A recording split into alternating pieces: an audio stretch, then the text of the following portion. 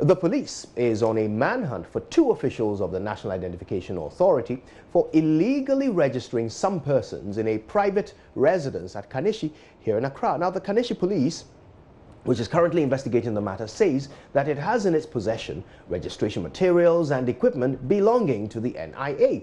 The case was first brought to the attention of the police by some NDC members in the Okai-Kwe North constituency. The police has been questioning the landlady, whose house the registration was ongoing as at 8 p.m. Tuesday evening. Now, here's national organizer of the NDC, Joshua Akamba, who was part of that meeting with the police. If you look at the NIA rules, they say we cannot use voter ID card to register. We have information in our possession that they also actually, in some cases, they accept the voter register. We also had information that they steal at night to register and print. Particularly this one we are handling with again is yet confirmation of, as part of the suspicions and the information we are getting, that they register people at night and print out from them. This information is that I have said that when you go to the branches, you notice that at the branch level, when you speak to a branch executive, they are able to tell you who MPPs are.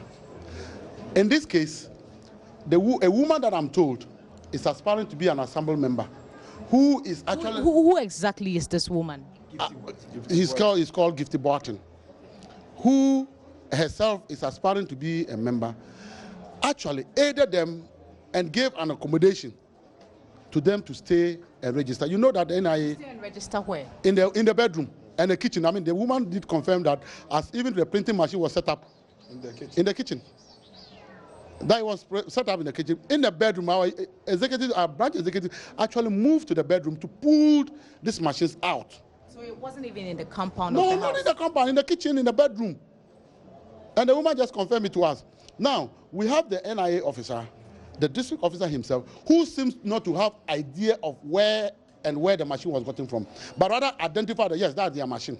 Okay. So do we know the exact people who were registering this? Oh, yes. These people last night? Have come out, one Frank and one Paul. They are at large. Currently, they are at large. The machine is here. Yesterday, what we did was that we got some cards at the place, at the premises. We got even a passport at the premises. We got the birth cert, we got the forms at the premises, and they were all deposited with the police last night. I can also assure you that the police are being professional, but from where we see the matter going to, there will be a break to it. But as NDC, as your national organizer, I would say that let all NDC wake up and move into houses or community where we know this registration is going on, and if there's anything you suspect is happening, please let's effect the citizen arrest system.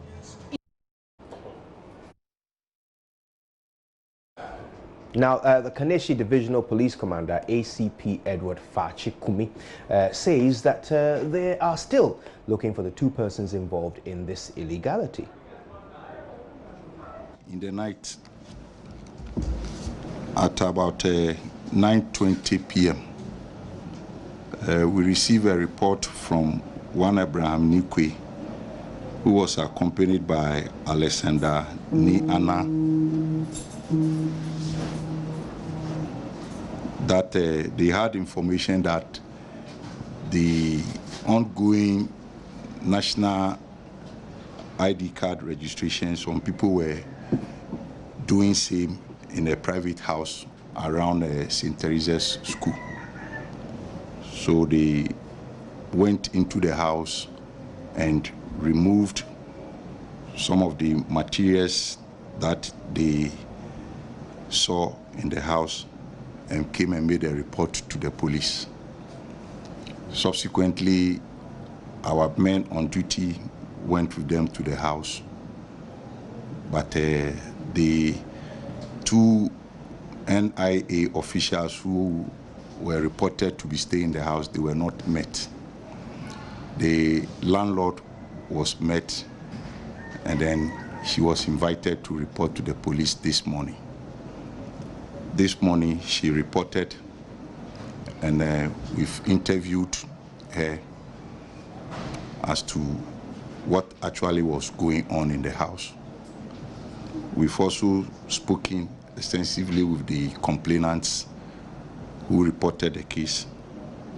We've spoken to the district EC official responsible for the area, and we are yet to get the 2 NIA officials who were staying in the house. So for now, the case is under investigations. This is just the preliminary stage of it. As you are aware, it happened just yesterday in the night, and this morning we've made a follow-up to the house. We've spoken to the complainants, we've spoken to the landlord, and we are still investigating the case. At the appropriate time, we'll get back to the media and let you know of any further development that we've made. Thank you. Sorry, when you interrogated the landlady of the house, what exactly did she say? Did she say that it just happened yesterday, or it's something that is ongoing? What exactly did she say they were doing in her house? Like I said, this is just the beginning of our investigations. So if we start preempting certain things to the media, I don't think it will help us. So for now, I'll plead your indulgence, give us some time, and then let's investigate the matter. What I can say that she's cooperating with us, and I hope all that she's telling us are the facts, which at the appropriate time will make it known to the public. You said the 2 officials. Have you made any attempts trying to trace where they are at the moment? Yes. With their phone numbers, we've made some calls, but we've not been able to get them. So officially, we have to fall on the headquarters of the NIA for them to give us or release those people to us officially. So, like I said, we'll make follow-up and get them. In a somewhat related development, the police has granted bail to an NIA official who was arrested for illegally registering 2 Nigerians for 60 Ghana cedis. The data input official of the National Identification Authority was arrested at Abosu during the ongoing NIA registration on Monday. Now, he has since been granted bail. Here is Kaneshie Divisional Police Commander ACP Edward Fachikumi giving an update on that case. On Monday, the supervisor at Abosu area responsible for the registration of the ID card also brought in one of their workers, one Timothy Wuni, and according to her, her attention was drawn by some bystanders that that young man was trying to register some foreigners. So she brought him in, and then he was also cautioned, and statements were taken from him. Yesterday, he led us to arrest the Commissioner of Oath responsible for the area, who endorsed the form as one of the requirements. And that Commissioner of Oath is also in custody. But because of the 48-hour rule, the young man who was arrested on Monday, he was granted bail this morning. We are yet to identify those foreigners who are about to be registered, because according to the supervisor, when she confronted the young man and they noticed that something was going on, they bolted. So we've not been able to get them. But the forms are with us, and we will see if we can use the names or the information that was provided on the forms to trace them from where the information came from. Meanwhile, the National Identification Authority says it will not shield any official who commits an illegality in the ongoing registration. Head of Communications at the NIA, Francis Palmdetti, says the NIA will support the police in bringing perpetrators to book. With respect to the incidents that happened yesterday, and the report about our official being arrested or in the custody of the police regarding an attempt to register a foreigner, that we are displeased about, and we frown on any kind of criminal act conducted either by our staff or by members of the public. So in this particular case, the said individual, who is an MRW operator, was had taken some forms to fill, and with the intent of registering some Nigerians, not Nigerians, but Nigerians. And the officer who supervises the center, we usually call them the CRO, showed up and realized that what he was doing was against the law. So she alerted the police and he was arrested. We have sent these individuals into training. We've trained them on the conduct which is expected of them as registration officials or officials representing the authority. And one thing we let them understand is that no kind of criminal act will be tolerated by the authority. So it doesn't matter whether you work for us. If you engage in any form of criminal activity, you'll be handed over to the police. And it is clear. So we're not surprised when the CRO, who is the supervisor of the center, the first instinct was to inform the police, because they are well aware about things like that. And we are happy about the professionalism. We're only disappointed that in spite of all the training and cautioning we've given to them, some still think that they could conduct in such criminal activities and go scot-free.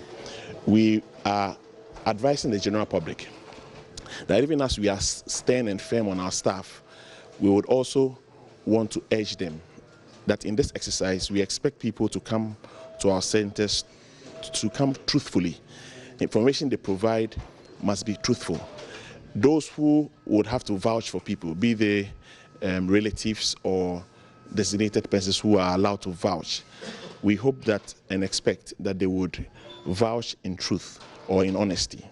Because anytime you vouch for a person, your personal identification number is tied to that of the individual you are vouching for.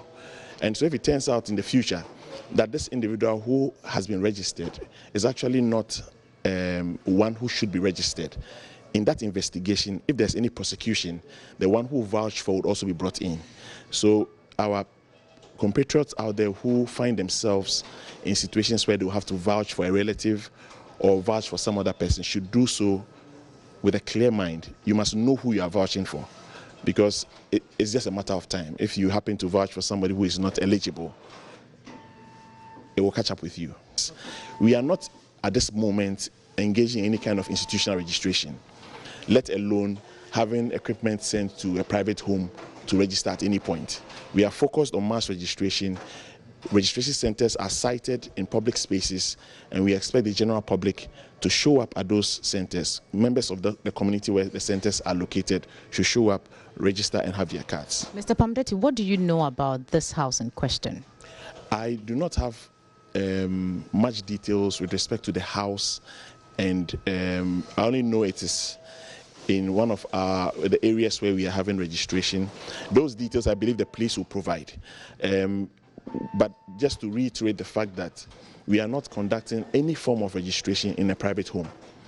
So if at any point members of the community see registrations going on in a private home, they have a recourse to be alarmed and to inform the police. Have you identified these equipment that were used in this particular house?